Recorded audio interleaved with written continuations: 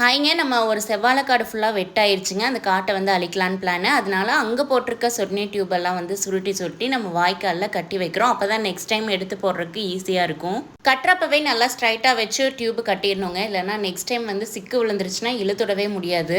ஒரு நாள் ஃபுல்லாக இந்த டியூப் இழுத்து விடுற வேலை முடிச்சிருச்சுங்க. அடுத்த நாள் வந்து ஜேசிபி வச்சு அந்த வாழையெல்லாம் வந்து தோண்டி எடுத்துட்டோம். இடையில மலைவேம்பு மரமும் இருக்கிறதுனால நெக்ஸ்ட் வந்து மக்காச்சோளம் போடலான்னு தான் ஒரு பிளான் வச்சுருக்கோங்க.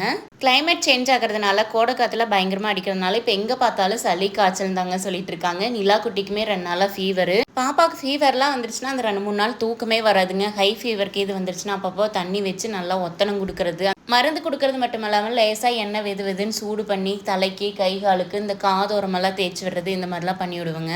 ஹஸ்பண்ட் இங்கே ஊரில் இருந்தாருன்னா சனிக்கிழமை அரசூர் சந்தைக்கு மெயினாக போய் காய்கறி எல்லாம் வேணுங்கிறது வாங்கிட்டு வந்து கொடுத்துருவாருங்க. நாங்கள் வந்து பெருசாக நிலாக்கு வந்து காய்கறியெல்லாம் பெருசாக ஃப்ரிட்ஜில் வச்சு கொடுக்க வேணான்னு சொல்லிட்டு அந்த அன்னைக்கு தேவையானது முந்தின நாள் போய் வாங்கிக்குவோங்க.